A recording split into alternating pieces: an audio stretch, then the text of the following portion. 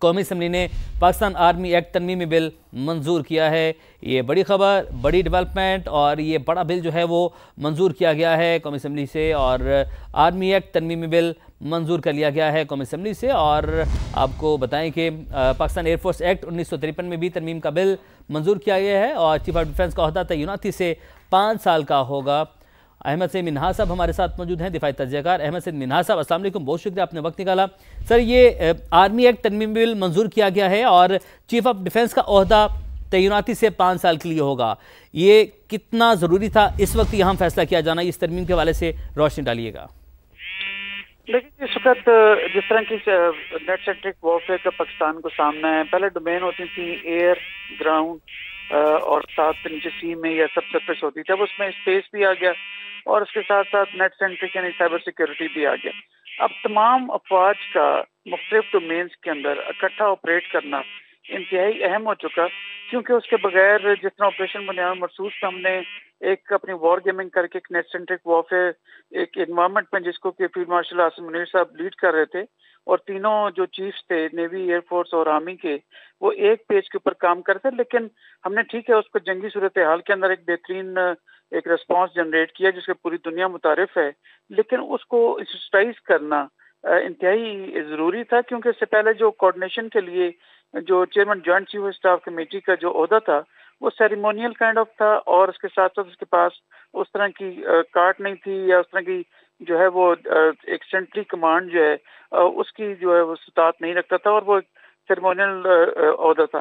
تو لہٰذا اب جو chief of defence forces field marshal Asim Munir صاحب کو تعینات کیا گیا اگلے 5 سالوں کے لیے، میں سمجھتا ہوں کہ جو جس طرح کی تھریٹ ایوالو ہو رہی ہے ایسٹرن بارڈر سے، ویسٹرن بارڈر سے اور ڈاؤن ساؤتھ جو اگر ایکسٹرا ریجنل فورسز ہوتی ہیں تو اس کو کوآرڈینیٹ کرنے کے لیے ایک ہولسم قسم کا یا ہول آف فورسز کا جو ایک رسپانس جنریٹ کرنے کے لیے ایک بندہ یہ ایک ایسی اپوائنٹمنٹ اوپر ہونا ضروری تھی، جیسے کہ مختلف ایڈوانس آرمیز کے اندر ہوتی ہے کہ ایک چیف آف ڈیفنس فورسز ہوتے ہیں جو تمام افواج کو ساتھ لے کے چلتے ہیں، ان کی جو ٹائملی یا فیزز میں امپلائمنٹ ہوتی ہے، ڈپلائمنٹ ہوتی ہے، یا ویپنز کی پریکیورمنٹ ہوتی ہے، یا جو آگے اسٹریٹجک پلان ہے ان کی ایوولوشن کا یا ڈپلائمنٹ کا یا ڈیولپمنٹ کا، تو وہ تمام اگر ایک نظر سے یا یونٹی آف کمانڈ کے ذریعے اگر ہوگا تب پاکستان کی آرم فورسز مزید اسٹرانگ ہوں گی، تاکہ ایک کینا دشمن جو ہے، جو مکار دشمن ہماری ایسٹ پہ اور جو ویسٹرن جو پاور ہے جو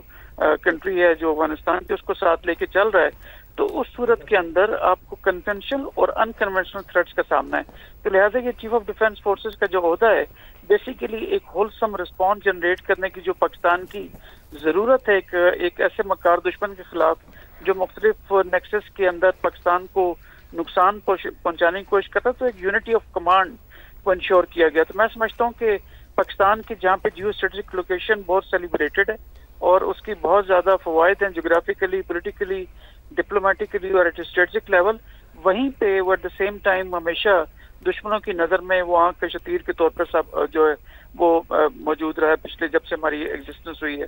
تو لہٰذا اب مزید ماڈرن لائنز کے اوپر آرم فورسز کو جو استوار کیا گیا، اور میں نہیں سمجھتا کہ اس کے بعد جہاں ہمارے پاس نیوکلیر ڈیٹرنس ہے، ایک بیٹل ہارڈنڈ افواج ہیں، اگر وہ کوآرڈینیٹڈ رسپانس جنریٹ کرنے کی بھی اہلیت رکھیں گی اپنے سے، تاکہ وہ بہترین طریقے سے ہم ایک رسپانس جنریٹ کریں اور اپنے مکار دشمن کو اپنے سرحدوں سے، چاہے وہ ایڈیولوجیکل سرحدیں ہوں یا فزیکل سرحدیں ہوں، ان کو ان سے دور رکھے۔ تو primarily it is the unity of command جو کسی بھی افواج کا ایک طور امتیاز ہوتا ہے، اس کو انشور کرنے کے لیے آرمی ایکٹ میں امینڈمنٹ کی گئی ہے، اور یہ جو بھی جو امینڈمنٹ ہے پرائمریلی یہ دشمنوں کو ایٹ بے رکھنے کے لیے ہے۔ جی ٹھیک ہے، احمد صاحب ساتھ ہی رہے گا ماہر قانون حافظ احسان صاحب نے بھی ہمیں جوائن کیا ہے۔ احسان صاحب بہت شکریہ آپ کے وقت کا۔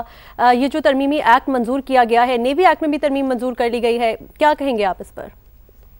بسم اللہ الرحمن الرحیم۔ پاکستان کے کانسٹیٹیوشن کے اندر جو آپ نے آرٹیکل 243 کو امینڈ کیا ہے، یا کانسٹیٹیوشنل کوڈ کو آپ نے آرٹیکل 175B کے اندر بنایا ہے، تو بنیادی طور پہ بات یہ ہے کہ 175B کے نیچے جب آپ نے کانسٹیٹیوشن کوڈ بنانی ہے تو یہ ان کا پریروگیٹو ہے کہ وہ اپنے رولز جو ہیں وہ بنائیں کہ کس طرح ہم نے فنکشن کرنا ہے۔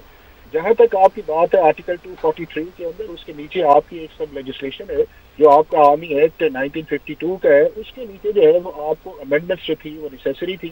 اسی طرح آپ کا جو 54 کا آپ کے پاس جو ایئر فورس ہے، اس کے بعد آپ کا نیوی جو ہے، تو وہ ایک ٹرانسلیٹ جو تھی آرٹیکل 243 کے اندر، چونکہ آپ نے میجر شفٹ لے کے آئے ایک سینرجائز کیا، ایک آفس آپ نے کریٹ کیا، اس کی رسپانسبلٹیز جو تھیں وہ آپ نے آپریشنلی جو تھیں وہ ان چیزوں ان اداروں کے اندر جن لاس کے اندر ڈالنی تھی چیف آف ڈیفینس فورسز کا، تو وہ جو ساری چیزیں آئیں گی وہ ان اکارڈنس ود لا یا اسپرٹ کے مطابق آئیں گی کہ اگر آپ نے ایک عہدہ کریٹ کرنا ہے تو صرف وہ آرمی کے لیے تو کام نہیں کرے گا نا، وہ تو کام کرے گا آپ کی نیوی کے لیے بھی، وہ آپ کی ایئر فورس کے لیے بھی.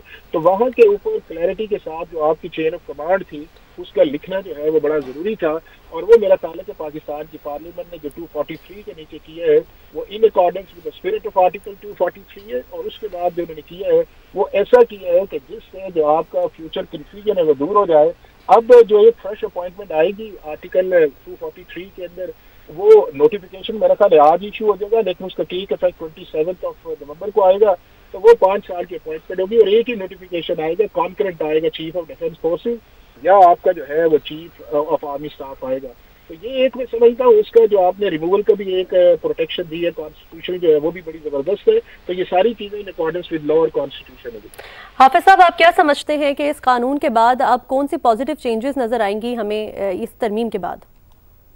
دیکھیں اس کے اندر آپ کی جو ملٹری اسٹیبلٹی بھی آئے گی، یعنی کہ آپ کی اسٹریٹجی بہتر آئے گی، پولیٹیکل اسٹیبلٹی بھی آئے گی. جو کو ہم ڈیلی بات کر رہے تھے کہ جو 3 اور 3 ہے یا 5 کا ہے وہ بھی آ جائے گا. آرمی کے اندر بھی امپروومنٹ آئے گی. آپ نے جو یہ 1999 کے اندر چیزیں طے کی تھی کہ آپ نے سینرجائز کرنا ہے وہ بھی آ گئے. تو کلیئرٹی آف کمانڈ جو ہے وہ کسی بھی ملٹری کے اندر امپورٹنٹ ہے. اور اسی کا ریزلٹس آپ نے نکلا کہ آپ نے اپنے کئی گنا بڑے دشمن کو جو ہے وہ آپ نے ڈیفیٹ کیا، جس کو پوری دنیا نے جو ہے ایکنالج کیا. ٹھیک ہے، احمد سعید منہا صاحب آپ کی جانب بڑھتے ہیں، آپ اس حوالے سے بتائے گا. ٹھیک ہے، احمد صاحب سے بھی رابطہ کرنے کی کوشش کرتے ہیں. قومی اسمبلی نے پاکستان آرمی ایکٹ ترمیمی بل منظور کر لیا ہے. پاکستان ایئر فورس ایکٹ 1953 میں ترمیم کا بل منظور کیا ہے. قومی اسمبلی نے پاکستان نیوی ایکٹ میں ترمیمی بل 2025 منظور کیا. اب chief of army staff, chief of defence forces ہوں گے. یہ نئے بلز نہیں ہیں، 27ویں ترمیم سے متعلقہ قوانین میں ترامیم کی ہیں.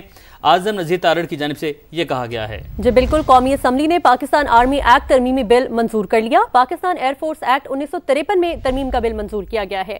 قومی اسمبلی نے پاکستان نیوی ایکٹ میں ترمیمی بل 2025 منظور کر لیا. اب chief of army staff, chief of defence forces ہوں گے.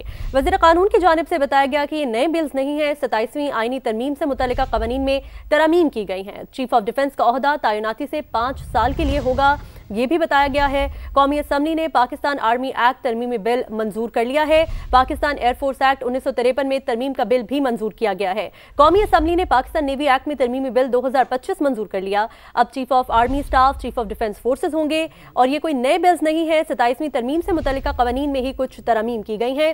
چیف آف ڈیفینس کا عہدہ تعیناتی سے 5 سال کے لیے ہوگا، یہ بتایا گیا اعظم نذیر تارڑ کی جانب سے.